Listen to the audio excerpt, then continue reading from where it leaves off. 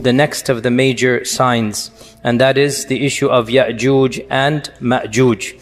And the issue of Yajuj and Majuj is actually, for our modern times, I would say, one of the most, if not the most problematic of the signs of Judgment Day. And it has caused many of our youth to question, to doubt.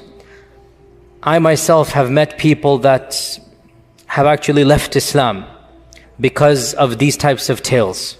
And we have to be honest and frank and not pretend as if this doesn't exist. Perhaps some of you are not accustomed to hearing people speak like this, but my philosophy is different. We are dealing with the crisis of people leaving our faith, our own children, our own young men and women. And of the reasons why is that we are not answering some of these issues that they bring, and we dismiss them. And I myself have discussed many of these issues with these types of people, and one of them, not the only one, but one of them is Yajuj and Majuj.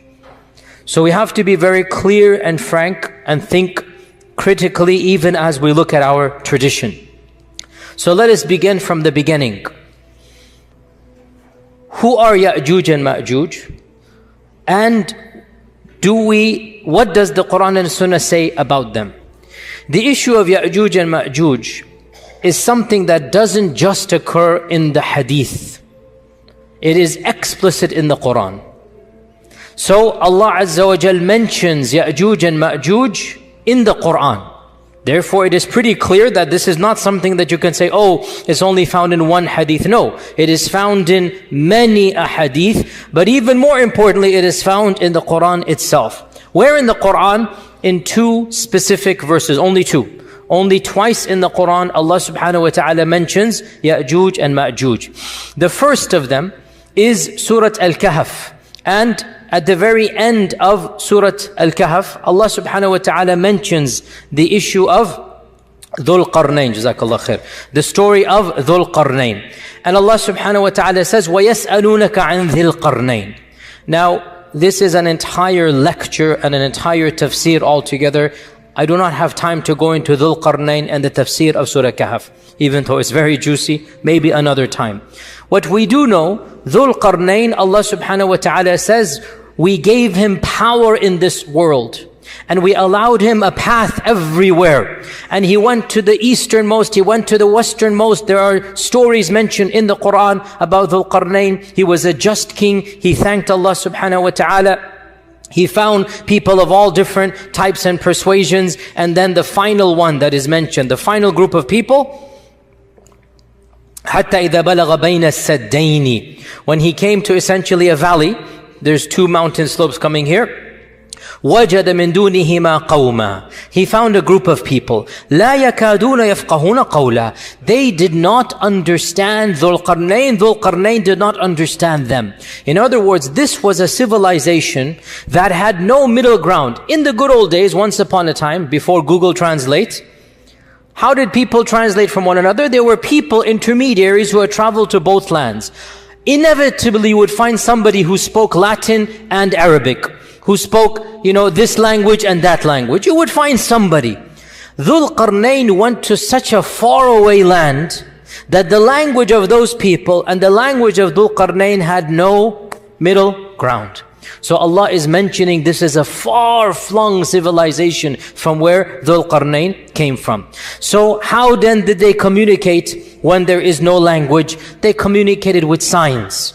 When you're in a tourist in a different land, in a strange land, and you have no language whatsoever, you are forced to communicate with your hands. And mashallah, you can communicate so much with your hands, right? When you really have to, you can figure things out. So they are communicating with their symbols, with their gestures.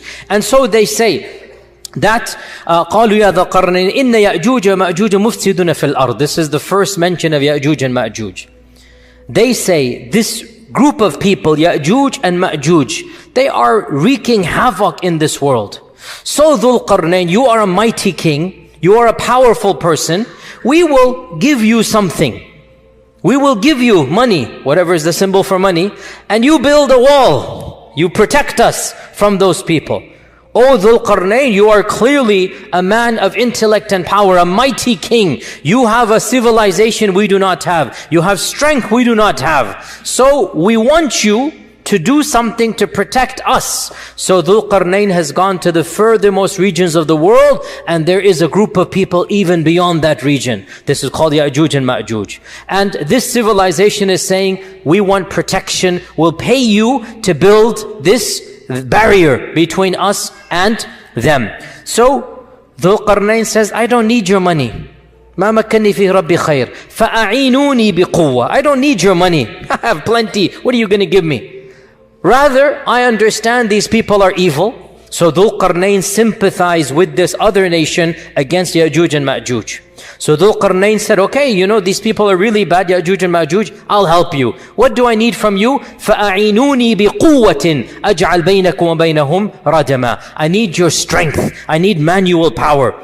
I know what to do. I have the brains for it, but I need the bronze. I need the people. So Allah Azza wa Jal then mentions that they took big bellows of furnace and iron and copper, and they made a special type of barrier, and they put these people, they used these bellows of the furnaces on a massive scale, and they made an iron barrier that Allah Azza wa Jal mentions, فَمَسْطَاعُوا أَنْ يَظْهَرُوهُ وَمَسْتَطَاعُوا لَهُ نَقْبًا. Neither could they climb over the wall, nor could they come underneath it, nor could they bore a hole between it. So it is an effective barrier. قَالَ هَذَا رَحْمَةٌ مِّن رَبِّي. Dhul Qarnayn, when he saw what he had done, he said, this is from Allah. Allah has blessed me. Allah has given me this. It's not from me. It is from Allah subhanahu wa ta'ala. Then either Dhul Qarnayn or Allah is speaking. We don't know which one. فَإِذَا جَاءَ وَعْدُ رَبِّي. Most likely it is Dhul Qarnayn or an angel or somebody is saying this. But this wall is temporary. When the command of Allah comes, then this wall will be of no use. It will be gone. وَتَرَكْنَا بَعْضَهُمْ يَوْمَئِذٍ يَمُوجُ فِي بَعْضٍ. And on that day, these groups will be like waves, just intermixing amongst one another, and the trumpet will be blown. So this is the first mention of Dhul Qarnayn, and it deals with the wall, the first mention of Yajuj and Majuj, and it deals with the wall that was built by Dhul Qarnayn.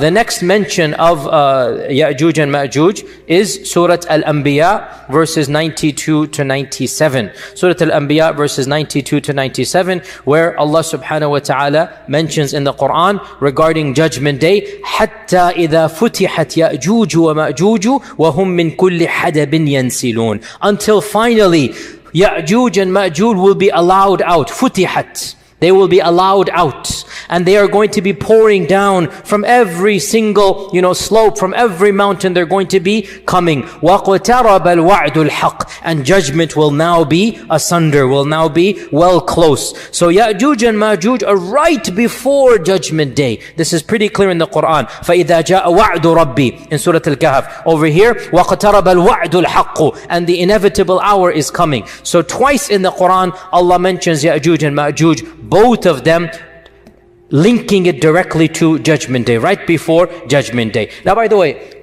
who is Dhul Qarnayn? Dhul Qarnayn is an enigmatic figure, and some of our medieval commentators, and then especially the most famous translator of the Quran of the previous century, Abdullah Yusuf Ali, whose impact in the translation was well known. All of us who grew up in the 70s, 80s, 90s, we know Abdullah Yusuf Ali's translation as being the one that had the most impact, even though, long story, but it wasn't very accurate. Number one. Number two, can you believe, this is a completely tangent, Abdullah Yusuf Ali couldn't speak Arabic properly. There's another point, he plagiarized it, but that's a whole different story, not related to our topic here. Nonetheless, his translation went viral, and in his translation and his commentary, he mentions that Dhul Qarnayn is, who does he mention? Alexander. All of you know this, okay? He mentioned Dhul Qarnayn is Alexander the Great. And it kind of spread amongst the masses, and this is what happens, subhanAllah, how thoughts spread, even if they're incorrect.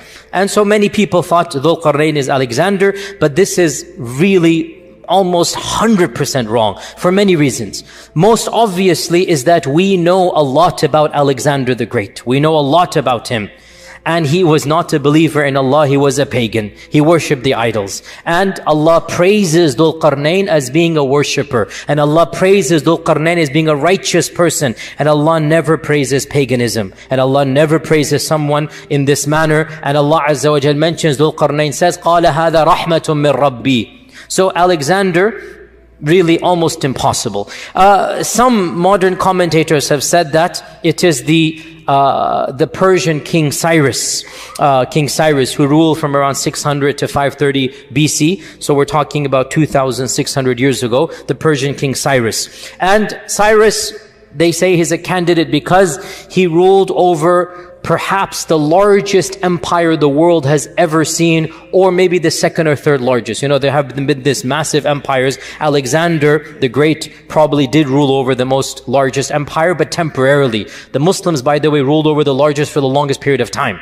But that's a different thing. Alexander, for a period of time, had more, but it fizzled out with his death. The benefit or the beauty of Islam is that wherever the Muslims went, Islam remained, and Islam and the Muslim civilization was the largest, but it wasn't unified as solid, if you like, as it was under Alexander. So they say Cyrus. But firstly, there are a number of things that don't match up. And secondly, once again, Cyrus was a clear-cut pagan. There is a third theory that I personally am very sympathetic to. But these are just theories in the end of the day. If you don't like it or you like it, it doesn't matter. It's just my opinion or the opinion of some modern scholars. If Dhul Qarnayn were a historic figure, what do I mean by historic? I mean somebody whom we know. Because it is always possible that Dhul Qarnayn is pre-history, pre-recorded history, because recorded history begins around 4,000 years ago. Before that, we don't really have records. Before that, it's just unknown. It's a big black box. Perhaps Dhul Qarnayn is of that time frame. Allah knows. As for recorded history, it goes back around 4,000, roughly 4,000 years or a bit more than that. And we know pretty much all of the massive empires and the great kings of that time frame. If Dhul Qarnayn was one of the kings of this era, then we should know about him in terms of recorded history. Humanity would have known of these types of great kings who have conquered large swaths of the earth. So another candidate that I am personally very sympathetic to is the Persian Emperor Darius, the Persian Emperor Darius, who ruled 550 to 486 BC. And Darius ruled over most of the known world at that time, most of what we now call Asia Minor, the Caucasus, the Balkans, Central Asia, even Egypt, North Africa. He had a massive empire, and he himself traveled to the furthest east and the furthest west. And he led expeditions in his entire kingdom. And he fought against the Egyptians, he fought against the Chinese, he fought against, or the people of that region, call them what you will, but he fought against all of these people. And what is interesting about Darius, unlike Cyrus and definitely unlike Alexander, Darius was a monotheist. In contrast to the people before him and after him, we know from the books of history that Darius was an ardent monotheist. He was a strict believer in one God. He was beloved to his people. He had the reputation of being a just king. And we have records of Darius. We have inscriptions to this day of Darius in which he is saying, I am the king, Darius and whatnot, whom God has given power, whom God has bestowed power to. In other words, هَذَا رَحْمَةٌ مِّن رَبِّي. Literally, God has blessed me with this power. It is very rare to find an ancient king who basically, Fir'aun said, أَنَا رَبُّكُمُ الْأَعْلَى. Right? It is very rare to find an ancient king who is saying, look, I am a king, but the one above is the one who made me the king. He is the one who gave this to me. So, and by the way, there's also a very enigmatic inscription of Darius in which he is depicted as having two horns as well. So that kind of, adds a little bit of a spice, to the whole mix there, that Darius seems to be a likely candidate. And he was an ardent believer. Now, some can say, for those of you who know your history, but Darius was a Zoroastrian. And we say, well, there was no Islam per se at this point in time. We're talking 2,000 years ago. And Darius believed in the one supreme God that they called Ahura Mazda. And that was their name for them, but it was one God that they believed in. So Allah knows best. We are not 100% sure in any case. And it is also possible that Dhul Qarnayn could be somebody in recorded history whom we don't know. But that seems a bit difficult to swallow for someone like me, but so those of you who wish to, they can do that. But you have two main options in my opinion. Either it's one of these historic figures or it's pre-recorded history.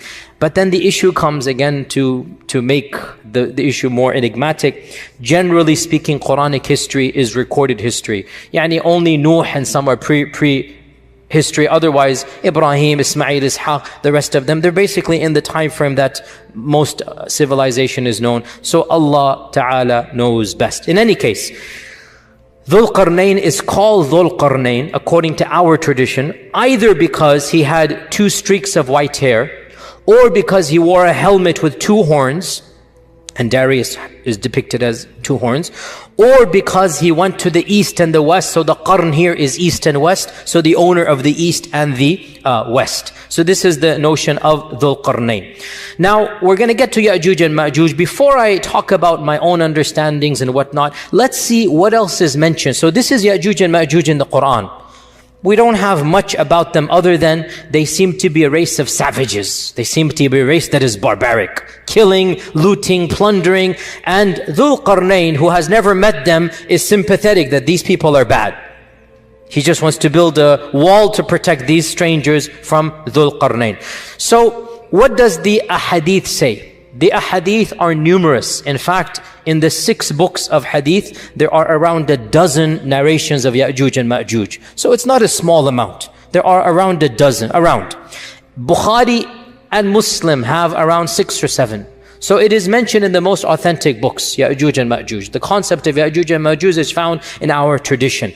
And of these Ahadith, is the hadith in Sahih Muslim where our Prophet ﷺ said 10 are the major signs of Judgment Day, and he mentions Ad-Dukhan, Ad-Dajjal, Ad-Dabba, the rising of the sun in the west, the descent of Isa ibn Maryam, and Yajuj and Majuj. So number 6 on this list mentions Yajuj and Majuj. This hadith is in Sahih Muslim. So he mentions Yajuj and Majuj as being one of the 10 major signs. In another hadith, Sahih Bukhari, this is the Bukhari hadith, the Prophet ﷺ, actually the Muttafaq alayhi, Bukhari and Muslim, the Prophet ﷺ said that he quoted the verse in the Quran that يا أيها الناس اتقوا ربكم إن زلزلة الساعة شيء عظيم يوم ترونها تذهل كل مرضعة عما أرضعت وتضع كل ذات حمل حملها وترى الناس سكارى وما هم بالسكارى ولكن عذاب الله شديد. This is the beginning of Surah Hajj, and Allah subhanahu wa ta'ala mentions in it that this is Judgment Day, that O mankind, fear your Lord. For indeed the earthquake of Judgment Day is something to be terrified. On that day you will see people, the mother will neglect her breastfeeding child, and people will walk around as if they are drunk, but they are not drunk, but the punishment of Allah is severe. And the Prophet ﷺ quoted this ayah, and then he said that when will this happen? When will people be so terrified? When Allah will announce to the angels or to Adam that, O Adam, take the people of Jahannam to Jahannam. And so from every 1,000, 999 will go to Jahannam. The Sahaba said, Ya Rasulullah, with those odds, how can we be safe? If every 1,999 are going to go to Jahannam, how can we be safe? What is the statistical chance of us winning? And so the Prophet ﷺ said, I give you good news. For every one of you, there will be 1,000 of Yajuj and Majuj. So this hadith, which is in Bukhari, is saying the quantity of Yajuj and Majuj is astronomical, beyond what we can even comprehend. Hadith in Sahih in Musnad Imam Ahmad, that the Prophet ﷺ said that you complain that there is no enemy. Some of the younger Sahaba are wanting to have a fight. You're complaining we're not fighting, but you shall continue fighting. There will always be qital once the fitna begins. That happened in the time of Uthman radiallahu anh. There will always be fighting until Yajuj and Majuj come.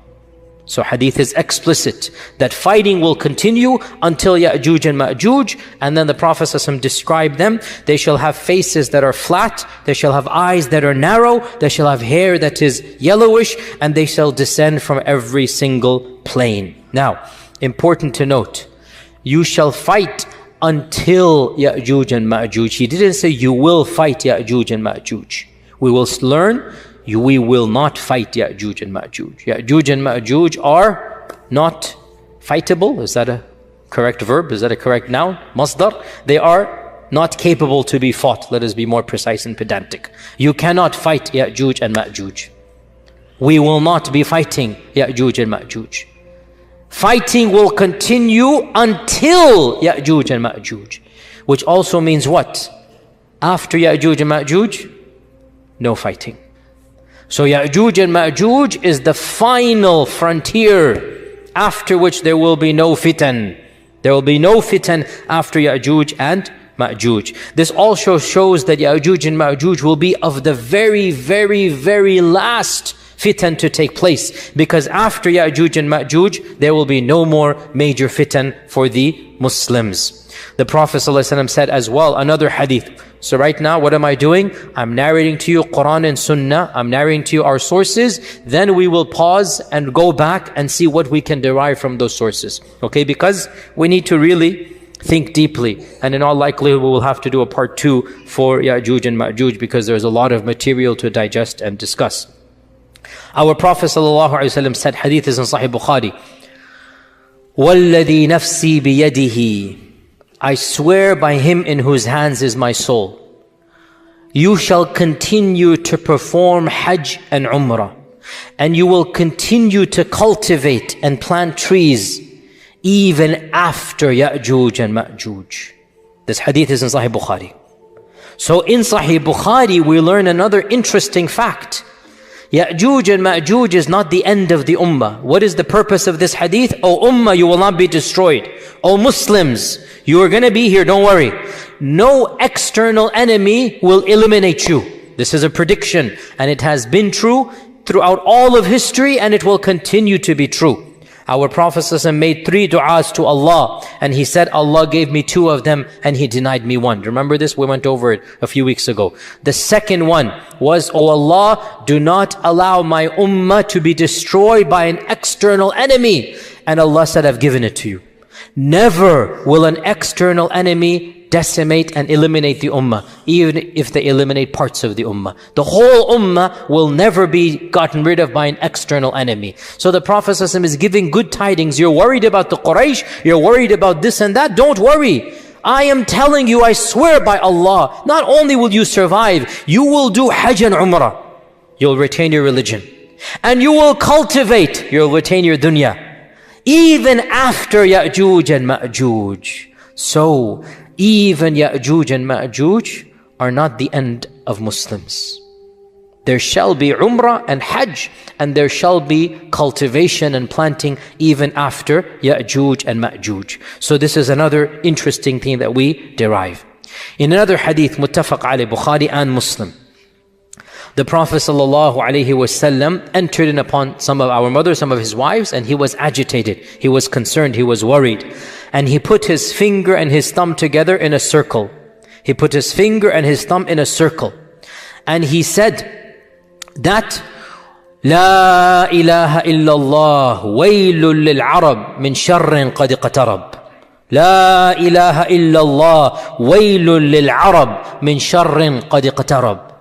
La ilaha illallah, woe to the Arabs. And this means Muslims, because at that time all the Muslims were Arabs. Woe to the Muslims, woe to the Arabs from an evil that has now come very close. What is this evil? Salama asked, what is this evil? He said, today a hole of this size, hence the ishara, has been opened up from the wall of Yajuj and Majuj. Now this hadith is muttafaq alayh, the highest level of authenticity for us. Today, a hole of this size has been opened up from the wall of Yajuj and Majuj.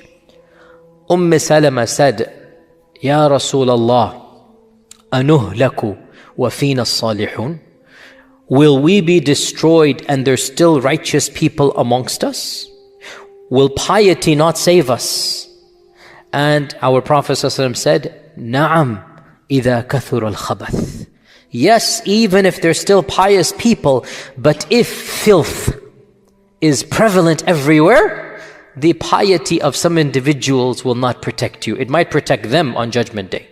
It might protect them. In fact, it will protect them on Judgment Day. But societies will not be protected when corruption and evil and fitna and licentiousness and nudity and fahisha is rampant everywhere. The piety of a few folks will not prevent the adhab of Allah from coming. Nasallallahu as-salama wal afiyah. If you understand this hadith, then you should make sure you are at least pious. So this hadith tells us that Yajuj and Majuj's wall has a hole this size in the lifetime of the Prophet sallallahu alaihi wasallam. Hadith in Tirmidhi, in which Abu Hurairah narrates that every single day Yajuj and Majuj try to dig out. And every day they are met with an angel. And the angel tells them, enough for today, go back. And so they go back until finally, on the final day, the angel mentions the famous phrase, Insha'Allah, come back. And the next day when they come back, so the narration is very long, it basically means every day they come back and they find all of the work that they have done goes back to nothing. They have to start from the beginning again. Until the last day, when they find they come back, the work of yesterday is still there. They still are carved in. So now they start from where they left off and they break through. So this is a hadith that mentions that Yajuj and Majuj are carving every day, and that every single day they get to a place until the angel turns them back. In another hadith in Sahih Muslim, we learn that after the Dajjal is killed, Isa will congratulate his followers and give consolation to his followers. And within that time frame, or a very short time frame, Allah will inspire Isa that a new group has come. Ibadalli, creations of mine have come. No one can fight them. No one can fight them. So take my servants and go to Jabal Tur, go to Mount Tur, and protect them over there. Then Allah will send Yajuj and Majuj out, and so Isa and the Muslims will not see them. They will be protected in the caves of Turi Sayna somewhere. Wherever Musa was, or in that region, there will be protected over there. Now, in this hadith, we learn that Yajuj and Majuj are so dangerous, so evil, that Allah Himself says, nobody can fight them. Interestingly enough, this army has just fought the Dajjal. This army has just fought the Dajjal, and they have won over the Dajjal. And they are told, you cannot fight Yajuj and Majuj. In fact, it is so bad that Allah protects them even from seeing Yajuj and Majuj. They just flee by the command of Allah before Yajuj and Majuj come. They find protection in the caves that Allah tells them to find protection in before Yajuj and Majuj come, and they remain in those caves. For how long? Allah subhanahu wa ta'ala knows best. And in fact, in one narration, it mentions that Isa and his followers, they will seek refuge in a cave for so long that what is the term I'm looking for? The head of a ram, the head of a goat, the head of a ram, a dead ram, will be more precious to them than 100 gold dinars. Now the head of a ram is almost useless. It has no meat. It has nothing you can benefit from. You throw it to the side.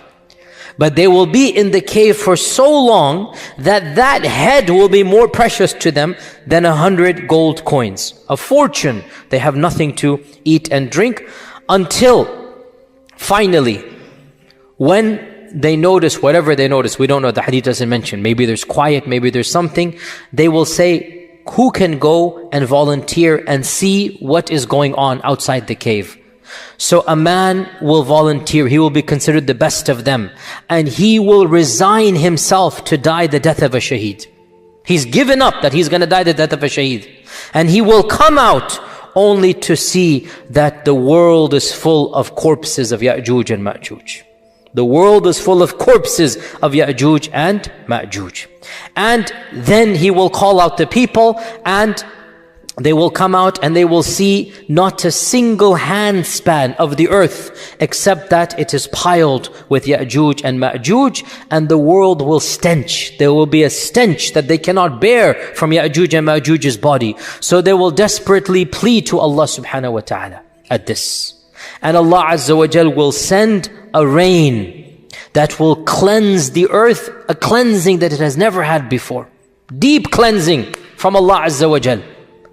In another narration, Allah will bring a special type of bird that will pick up their bodies and take them away. So we have the removement of the corpses, then we have a special rain that will wash away the remnants as well. So this is another tradition from Sunan at-Tirmidhi.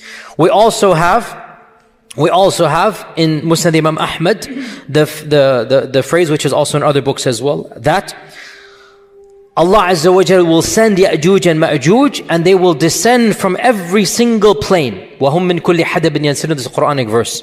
And they will pass by At-Tabariyah, and they will drink from At-Tabariyah. It's a massive lake. We'll mention which one it is in a while. And by the time the last of them passes by, there will be no water in the lake of Tabariyah. And the last batch will say, there used to be water over here. And Isa and his followers will remain trapped in a cave until the head of a lamb is more precious than 100 gold coins, as I mentioned this also in Tirmidhi. Then they will make dua to Allah to save them from Yajuj and Majuj. So Allah will send a disease against them. Yajuj and Majuj will not be killed with the sword. Allah will send a disease against them that will attack their necks, and they will die the death of one person. When one of them dies, all of them die. It is a simultaneous death.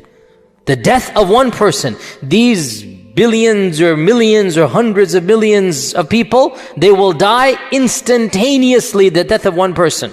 The death of one person, and then this man will come out. The hadith goes on the back to the one that I mentioned. The man will come out terrified, scared. He will find everybody is already dead. Then Isa will come out. They will find not a single space to stand except the bodies will be rotting. So Isa will make dua again. So Allah will send birds with the necks of Bakhtari camels. Bakhtari camels, the Bactrian camels, the camels that have these U-shaped necks. There will be birds like this. Massive birds will come, maybe Tayran Ababil, something like this. They will take them and then throw them wherever Allah subhanahu wa ta'ala wills. So this is another narration. Yet another narration. Yet another narration. Yajuj and Majuj will conquer everybody in this earth. They will kill everyone. Pause here, footnote. Who will they kill? Clearly not the followers of Isa. So the remnants of the army of Dajjal, anybody who fled and was not caught, any human beings that have not embraced Allah and believed in Isa at this point in time, these will now be destroyed by Yajuj and Majuj. So Yajuj and Majuj will conquer the world, and they will get to Tur, and Tur is where Isa is. They will get to Tur. In one narration, they will get to the Jabal of Quds, the mountain of Quds. Is this Mount Olives? Is this the mount that is in front of Aqsa? In that region they will be. And they will find nobody to conquer. They've conquered everybody. So one of them will say, we have conquered the inhabitants of this world. Let us conquer the inhabitants of the heavens. So they will throw an arrow towards the heavens, and Allah will cause the arrow to come back full of blood. In another narration, they will wave their spears towards the heavens, and Allah will cause their spears to come back with blood. And so they will say, we have now conquered those in the heavens. Then Isa will make the dua, and then they will be destroyed. Now, this lake Tabariyah, most of our commentators, mention that this is the Lake Tiberias, the Lake Tiberias. And this is also called by the Christians the famous Sea of Galilee, the Sea of Galilee. Okay, and to this day it is called Tabariya by the Palestinians and the Arabs of that region. Tabariya it is called, the Sea of Galilee. And the Sea of Galilee, it is a massive, massive lake. It is a massive amount of water. It has fed the crops and the people for 2,000-3,000 years. What group is Yajuj and Majuj that in one generation, that lake which has given mankind water for 2,000-3,000 years will be gone? Think about that. How much will this group drink?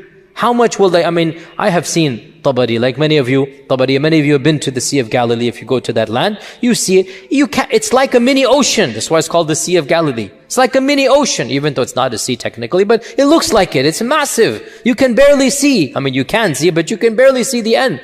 This all water will be gone in one group? How? Think about this. It's very strange. How can it go? But this is what the hadith says. Also, what type of enemy is this? That the people of Isa haven't even seen them. What type of enemy that they cannot physically even fight them? Are they not humans? We're going to come to this. Because they fought Dajjal and his people and they were human. What is going on here? That they are not even seeing them. The man who's going to go see them is thinking he's going to die just by looking at them. He's already made up his mind, I'm a shaheed, I'm going to die. He volunteers the death of a shaheed, like there's no way I'm going to be coming back. So we also have in a number of traditions as well, what demonstrates their quantity is that the Prophet ﷺ said that the Muslims will use the weapons and the armor of Yajuj and Majuj for many years to come. So they will get this stuff. In one hadith, in Musnad Imam Ahmad, he said, the beasts of the earth will grow fat and feed themselves for many years from Yajuj and Majuj. So the corpses will be so much that Yajuj and Majuj will fertilize the earth. And from this fertilization, there shall be a time of great opulence in terms of food. Perhaps the most opulent time in the history of mankind will take place. Where our Prophet ﷺ said, one pomegranate, one rumman will feed an entire tribe. And one leg of lamb will be enough for a large group of people. In other words, things are going to change. Small quantities, or maybe it's not small. Maybe the rumman will be a massive amount. Maybe things are going to change. And again, we're going to come back to these interpretations because these are all cryptic phrases and perhaps we can rethink through them, if only to save the iman of our young men and women who are rethinking through these things as well. In Sunan ibn Majah, the Prophet ﷺ said, when you see this happen, Yajuj and Majuj, when you see Yajuj and Majuj happen, then expect the hour to come, expect judgment day, expect Qiyamah, just like the pregnant lady at the end of her labor is just waiting for the cry and she surprises the family when she goes into the pangs of labor. In other words, at that very end stage, right? Everybody's waiting. When will the water break? When will the pangs begin? And when it happens, everybody goes into panic mode. The Prophet gave this example. When you see Yajuj and Majuj, this is the pregnant lady about to give birth. Nobody knows exactly when, but it's on alert. Oh, husbands, remember that time frame of your life, 24-hour alert, remember that? That is what the Prophet is talking about. That, those of you who are not married, make dua, make it easy, inshallah. That, at that time frame, you're just waiting. When is it going to happen? You're anxious. What's it? So the Prophet is giving a metaphor that every family knows this. That time frame is tense. You don't know, you're expecting. So the Prophet said, when you see Yajuj and Majuj, that's the time frame. Just like that pregnant lady will be given birth at that time. Now, what do our classical scholars say about Yajuj and Majuj? So, firstly, is the term Arabic or is it non-Arabic? Our scholars, some of them said that the term is Arabic and it comes from ajja. Ajja ya'ujju ajjan.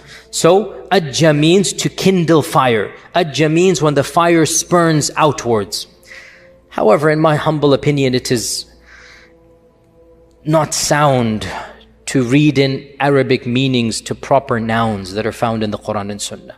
because Arabic is a language that has come, in the time of our Prophet, it reached its pinnacle, but it wasn't around 10,000 years ago. It was another language back then. If you know the study of linguistics, if you know languages evolve. Languages are things that are fluid. Language never stays the same. It is something that comes and goes, and all languages are interconnected in the great family of languages, and you have these, language bundles, if you like, the Afro-Asiatic language, the Semitic and Hebrew languages, the Romance languages. You have these language bundles that are all interconnected, and interestingly enough, footnote here, they all go back to one language. There is the mother of all languages. And why are we talking about languages? Let's get back to Yajuj and Majuj. So, they say that Yajuj and Majuj goes to Arabic, and I say, I'm not buying it. It's a classical noun. It has very little to do with Arabic. As well, the term Yajuj and Majuj is found in pre-Islamic literature, Gog and Magog. It is found, it is pre-Islamic, Gog and Magog. And it is mentioned in the Old Testament, Gog and Magog,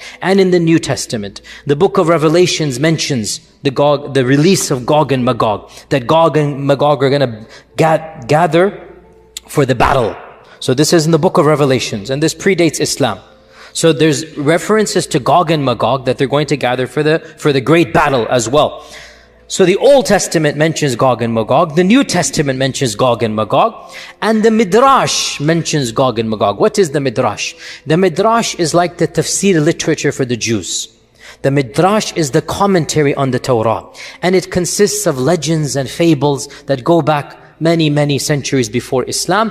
You have the Babylonian Midrash, you have other Midrashic texts. So the Midrash is pre-Islamic Jewish exegesis. It is tafsir literature that is ancient. It's not the Torah. It is the commentary of the Torah that the ancient sages, the rabbis, the ulama of the past, they commented on. And in the Midrash, you find some very, very interesting literature, which is not the time to go into, but there are parallels with the Qur'an and Sunnah, which you can, anyway, let's not go down there. So where are we? So, Midrash. The Midrash mentions Gog and Magog.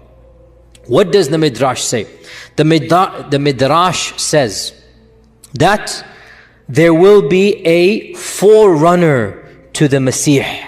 We talked about the concept of Messiah in Judaism, remember? You guys remember, right? And Moses Maimonides put belief in the Messiah as a part of his 13 points of Aqidah. Is it the 11th or the 12th point? We're going to believe in the Messiah. A day will come when the Messiah will come. It is a part of Jewish literature. What I didn't tell you in that class 2 weeks ago, because it's not related, but now I should have mentioned it in hindsight, they actually, or some segments of Judaism, believe in two types of Messiah, the minor Messiah and the major Messiah. Now that we're talking about Gog and Magog, I have to bring this up. So they say that there will be a forerunner to the real Messiah.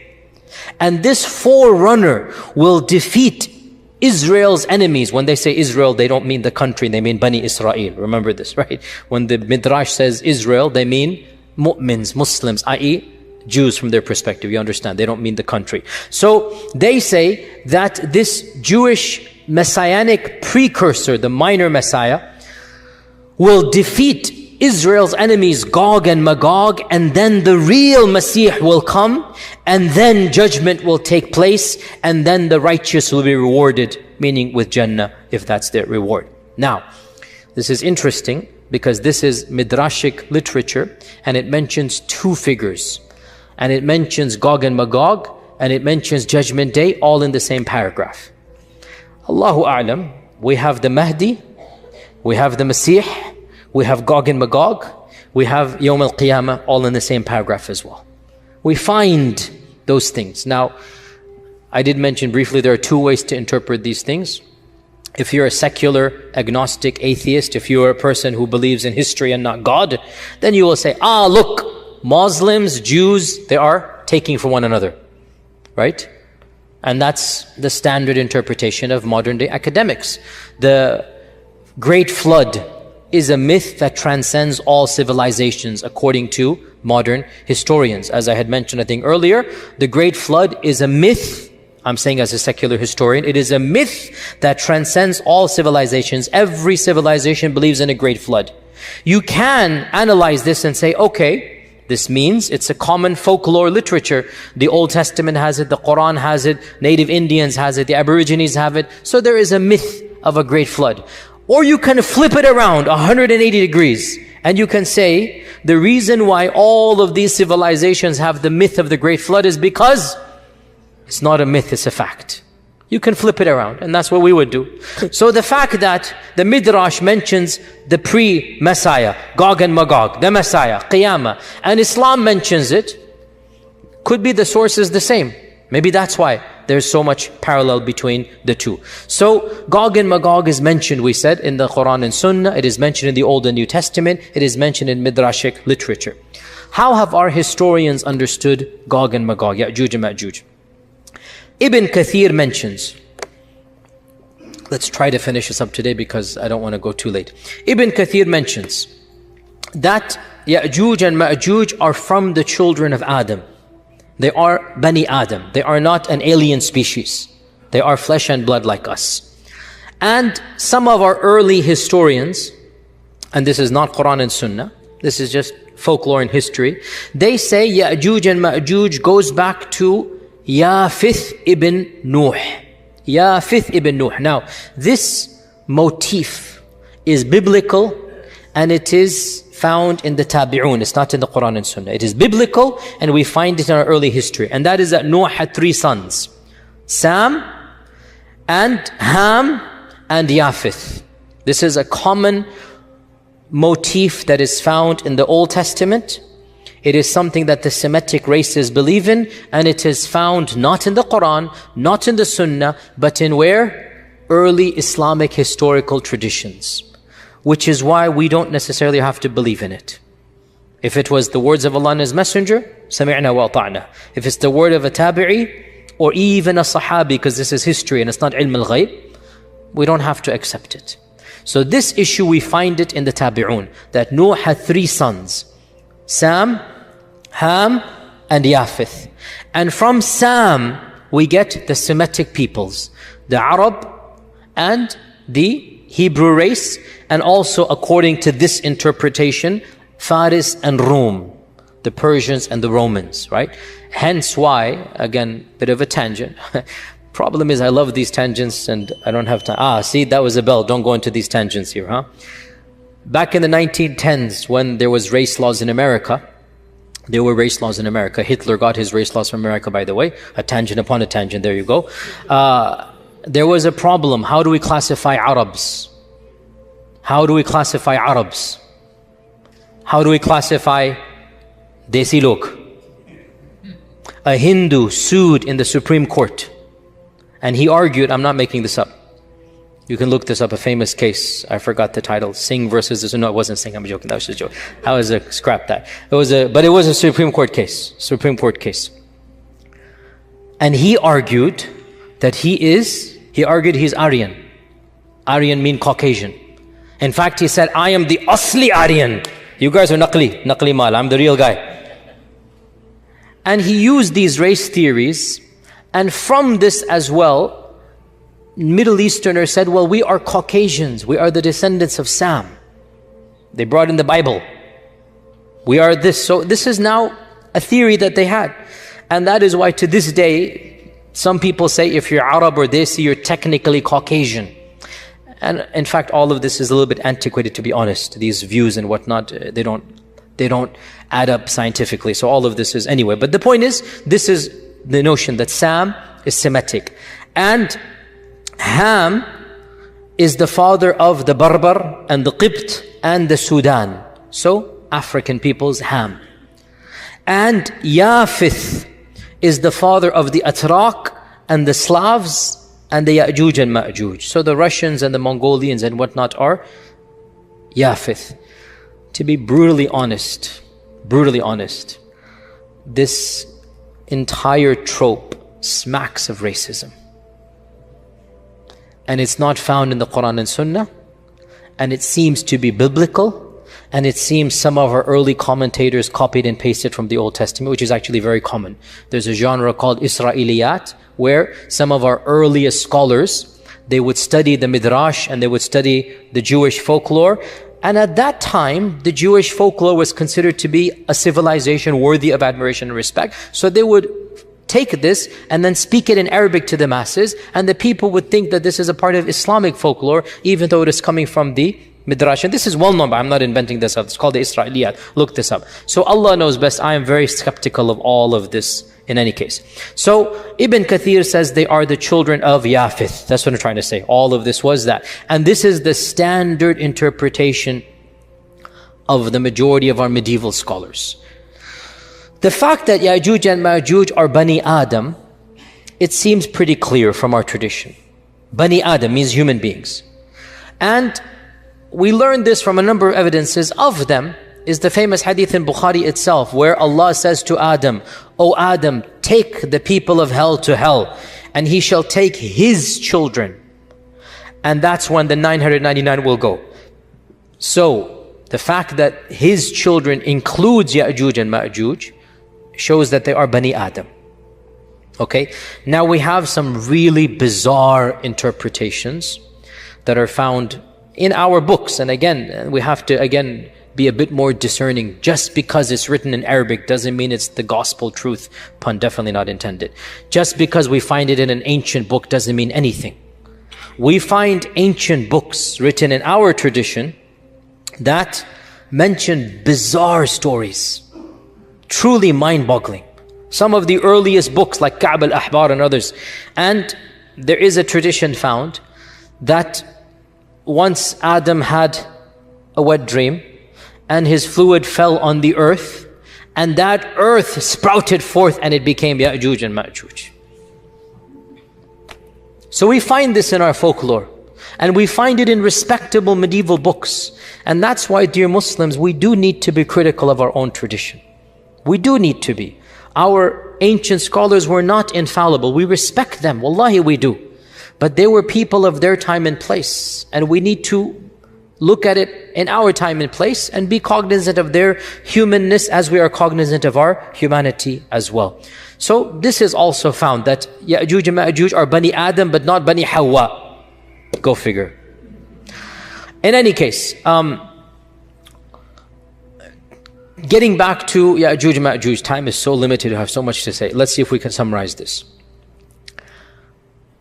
To be brutally honest, standard medieval interpretation of Yajuj and Majuj is the following. This is what you find in Ibn Kathir.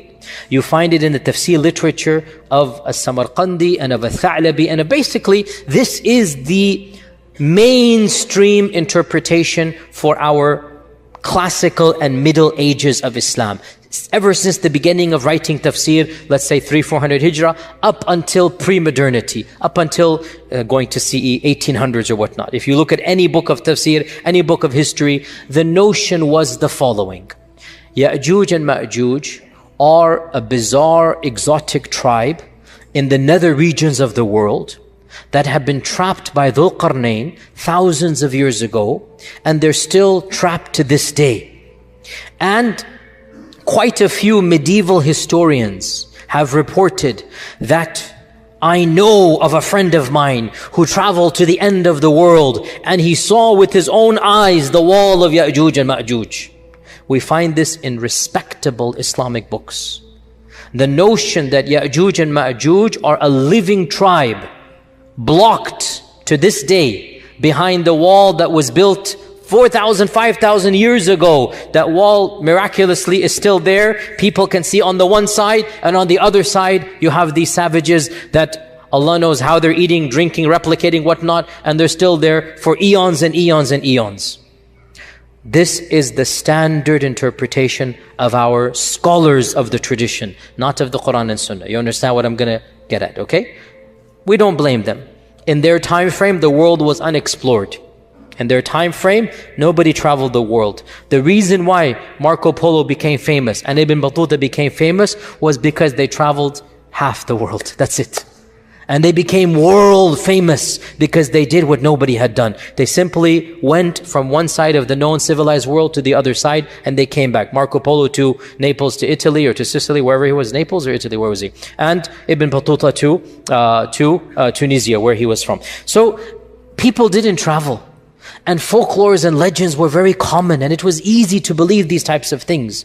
That there is this nether region of... And you know, if you read, by the way, even Ibn Battuta, by the way, you find bizarre fables. You find belief in mermaids and you find weird creatures and whatnot. This is what he believed. He really believed that there are races and aliens, or not aliens, but you get my point. This is the notion of his time. Marco Polo as well, he believes these types of things. So it's not surprising that our medieval scholars believe this type of stuff. Now, obviously, dare I say, anybody who knows science and geography and modern civilization, you cannot believe that there is a tribe for 4,000 years trapped behind a wall. I mean, if you believe this, that's your position. I cannot believe it. I find this very difficult to believe. So this has led people to do multiple things. We have 20 minutes left. I have to wrap it all up now, subhanAllah. The first interpretation, which is the standard interpretation of medieval Islam, is that, okay, maybe there are places in the world that are undiscovered. Maybe there is a race of people locked up behind the Caucasus Mountains or in Mongolia or whatever, and they're still over there. And Greenland? Greenland, interesting. How would Dhul Qarnayn get to Greenland? Because he's traveling. فَأَتْبَعَ سَبَبًا. He didn't go on a ship, he walked on a road. So that kind of, it's not the Bermuda Triangle, no. But many Muslims still believe this. I'd have nothing to say to this. If you believe it, I have nothing to say. I don't believe it, is all I'm trying to say. I'm not trying to dismiss any person's belief, and this is the belief of medieval scholars. If you still believe that there's a big wall that is lasting for thousands of years, and by the way, no human structure is that fortified for 4,000 or 5,000 years that nothing happens to it. Even the Great Wall of China needs to be built up or whatnot. I mean, it doesn't work that way. But anyway, if you believe, and anyway, so this is, what can I say? If you believe it, you believe it. I am somebody who, what can I say? My mind doesn't believe this. Others have said, we need to reinterpret Yajuj and Majuj metaphorically. And this goes back to another thing that I kept on stalling when we talked about the Dajjal, because I wanted to talk about it with Yajuj and Majuj. And that is this newfangled interpretation, and it is newfangled, you do not find it in pre-modernity. This is a very modern interpretation. It only begins in the 60s and whatnot, and it has now become common, very common, so much so that many famous people, many mainstream people are explicitly or implicitly saying it in this land and in some islands in the Bermudas as well. There's a famous person who's well known for this type of theory. No names mentioned. That's not my philosophy to mention names typically. Where they say Dajjal and Yajuj and Majuj are symbolic. Symbolic. It's not an entity. Dajjal is, he will say, globalization. And Yajuj and Majuj, they might say Russia and America, the superpowers. And honestly, I mean, okay, jokes aside, I admire the fact they're trying to salvage the tradition, because they understand that mainstream interpretation doesn't make sense. So they're trying to salvage the tradition, and they say, you know what? Dajjal is a demonic force. Dajjal is a global empire.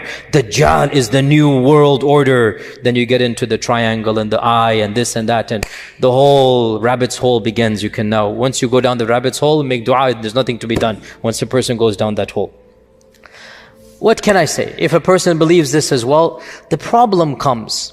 The same traditions that you get the concept of Dajjal from, those same traditions tell you a lot about the Dajjal. So you can't pick and choose and reinterpret everything. Either you reject Dajjal in totality, which some progressives and modernists have done. Dajjal is not mentioned in the Qur'an. They reject all hadith. So they say, khalas, let's be done with. And they reject Yajuj and Majuj hadith. So they say, well, the Qur'an just mentions 2 tribes, so they're going to come, some races will come and have a big war. Fair enough. If your principle is you're going to reject hadith, that's not ours. If your principle is no hadith, then you can derive an entire interpretation that is independent of mainstream Sunni Islam and be gone with it. But the deal of these folks is they claim to be Sunnis, and they are popular in Sunni circles, and they are trying to metaphorically reinterpret these traditions. And we say that I don't think in this case you can have your cake and eat it as well. It's nice too. I love to have my cake and eat it as well. But in this particular case, I don't think it is methodologically sound. Because the same traditions that tell you about Dajjal, tell you about Yajuj and Majuj, they have all of these details we mentioned. And it's pretty vivid, the impression given, right? Dajjal will be killed by Isa, one-on-one. The blood of the spear will be shown. It's clear. Yajuj and Majuj, the corpses will be piled up. I mean, those same traditions mention what we have just mentioned. So, I'm not too sympathetic to this reinterpretation as well. Is that clear? I personally don't buy it. A third interpretation, and this became common. The first person I know who said this was back in the 50s. Maybe reformed, but at first I know, back in the 50s. He said that Yajuj and Majuj are the Chinese race. And the great wall that was built by Dhul Qarnayn is the wall of China.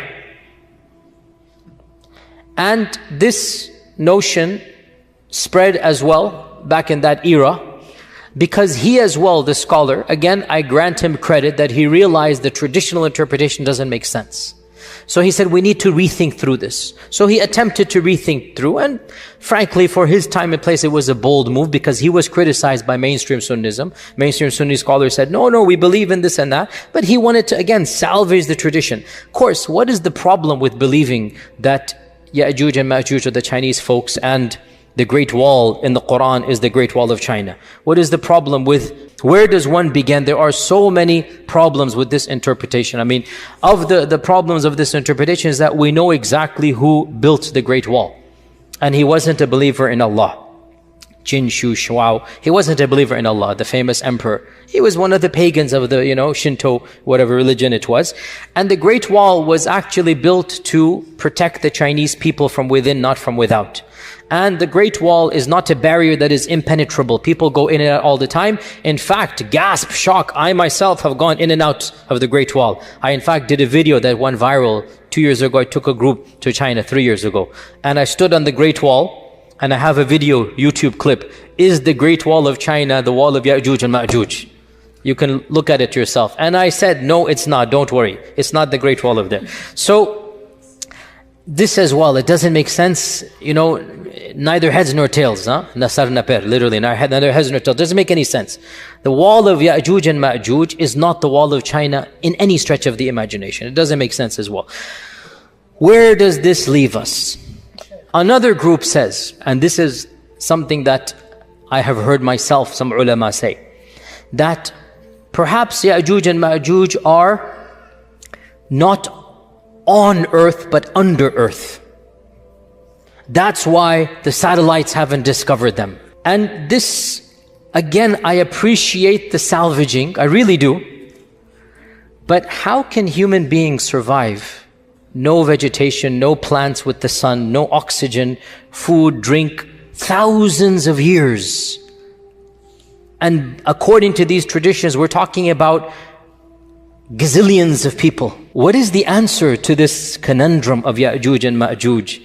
I will disappoint you by saying there is no clear-cut answer. But wallahi, to struggle with the truth and to admit the struggle is a safer position than to invent something that is far-fetched and then pretend that it is answering the problems. I don't have a solution to Yajuj and Majuj. I am personally skeptical, maybe because of my own upbringing and I have a degree in engineering. I understand mathematics and chemistry and geology, and I just find it. Now, you can quote back, Allah ala kulli shayin qadir. And I say, indeed, Allah ala kulli shayin qadir. But are we obliged to believe that Yajuj and Majuj are billions of people under the earth? This is my point. If the text told us explicitly, sami'na wa ata'na. But when the texts don't tell us this, can we rethink through and say this? So I conclude with two opinions. The first of which is plausible, the second of which is even embarrassing to mention, but I will mention it. As for the plausible one, Allah knows best. Perhaps, this notion of a living tribe of Yajuj and Majuj is not correct. Because if you look at all of the traditions, there is only one tradition that is in Tirmidhi with one isnad that mentions the Yajuj and Majuj are daily digging. And every single day they're told to go back. All the other traditions don't mention a living Yajuj and Majuj. As for the hadith in Bukhari that the wall has been opened, that could be a wall. It could be, in this case, see to what level of metaphor is allowed? Ijtihadi. If it were to be said, a wall has been opened is a metaphor that indeed Yajuj and Majuj is now closer to you. Personally, I don't see this as that much of a stretch than to interpret all the hadith to mean Yajuj and Majuj are symbolic in nature. But again, it's ijtihadi. The only tradition that mentions Yajuj and Majuj are alive right now, and they are digging through every single day, is a solitary narration in Tirmidhi and also in other books, but the same isnad. And I did my research for this because this is problematic, and I have to say I was relieved to find classical scholars, some of them did problematize this hadith. Ibn Kathir amongst them, who said that this tradition seems to be it's an illah or a hidden defect, that it is not from the Prophet ﷺ. It might be coming from the Israeliyat, because Abu Huraira also studied with Ka'b al-Ahbar. Ka'b al-Ahbar was the son of a rabbi, and he would narrate Israeliyat, and Abu Huraira would listen to him and narrate, and one of the students of Abu Huraira assumed it to be from the Prophet ﷺ. This is Ibn Kathir saying this, not me. So he said, perhaps this is from the Israeliyat. And this is what I firmly believe, simply because it is highly problematic to posit that there are billions of people somewhere in today's world clawing away. So the first interpretation, which is posited by a group of people, let's just leave it like that. A very wise person once said, let's just leave it like that. The first interpretation is that Yajuj and Majuj are a group of people that will come towards the end of times. And they will wreak havoc and do this and that. So we get ourselves out of the problem of them being alive right now. And as for the wall of Dhul Qarnayn, there was maybe their biological ancestors, maybe some other tribe that had those characteristics, and they were trapped by Dhul Qarnayn. That did happen. But we don't have to affirm that they are still trapped 5,000 years later. Rather, maybe their descendants, maybe people similar to them, so they are called Yajuj and Majuj, are them. This is the first interpretation. And I am very sympathetic to it, and it solves many of our problems. There is another interpretation which I hesitate to even verbalize. And I will tell you honestly, this is not mine. I will honestly tell you, this is something that I am involved in many discussions of this nature with many people and whatnot. And one of my scholarly friends, in a private conversation, so he will not allow me to mention his name, but I am telling you something that don't believe it's coming from me. Okay? You guys ready? Ready? Okay. Don't ascribe this to me, please. Who is it not from? Good. No, from my friend it is from him. Not from Don't do a double negative on me.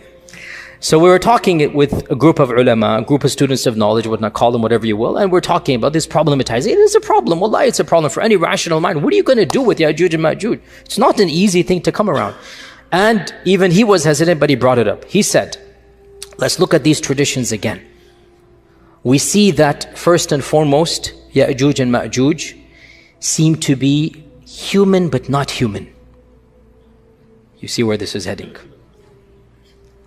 And they seem to be a race of people that cannot be fought. And they seem to be doing things that are bizarre, drinking up all of this water. That's not, humans can't do that. Mentally, they don't seem to be 100% there when they think they can kill the people of the heavens. This isn't normal. This isn't rational. The regular human beings alive, the followers of Isa, are so terrified of this group that they don't even want to see them. They're fleeing away from them. They will not fight them. The hadith mentions they will not be able to be fought. لا يدان أحد من قتالهم. And he mentions, if you look at the popular imagination of our times, you find a genre of literature and horror movies. You see where this is heading. And he mentions the word. And my jaw just dropped and I laughed. I said, are you serious? He goes, hear me out. Don't call them that word. For those who don't know the word, maybe the youngers can tell them later on. Don't call them that word, but the concept. What if we're talking about chemical warfare, we're talking about Dajjal, we're talking about the bird falling down, things are happening, weapons being unleashed, weapons beyond our understanding. What if the concept is there that these groups of people are human but not quite human? And they're doing all of these things, and everything just started clicking in my head. Check, check, check, check. I'm like, this is so ridiculous. You will never find me saying this in a lecture, and here I am in a lecture saying it. But in any case, Allahu A'lam, frankly, it makes more sense than believing that 1 billion people are somewhere in Timbuktu or Zimbabwe or some faraway land. It makes more sense to me. Because Allahu A'lam at the end of time, also ayas, the key point. They shall die the death of one man.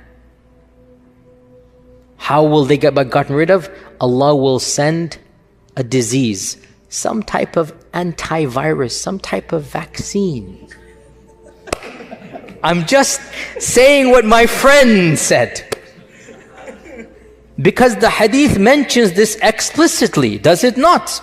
Allah will send something that will get them in the neck, and they will die the death of one person. So when my friend kept on going over all of these points, my laughter turned to a serious contemplation. And I said, but how do we tell the public this? Then I said, I'll just project it onto my friend, which it is true, it is coming from him. And I'll take myself out the picture so that as you laugh at my friend, but the laughter will slowly turn to contemplation. And deep down inside, you'll realize this makes a lot more sense than anything else out there. So we conclude by stating that Yajuj and Majuj are a reality. We believe in them because the Qur'an mentions it, and that these enigmatic descriptions should not cause us doubt, because strange things will happen towards the end of times. Don't base the validity of Islam on trying to understand Yajuj and Majuj. That's ridiculous. We base the validity of Islam on the Qur'an, on the beauty of Islam, on Tawheed, on La ilaha illallah, on the fact that it answers all the big questions of life. Islam comes with some things that may be beyond our comprehension, such as Yajuj and Majuj. We just have to sami'na wa ata'na. And when it happens, all of these hadith will fit into place, and we will see, oh, I get it. That's what was being referenced here. So in the end, Allah Azza wa Jal knows best.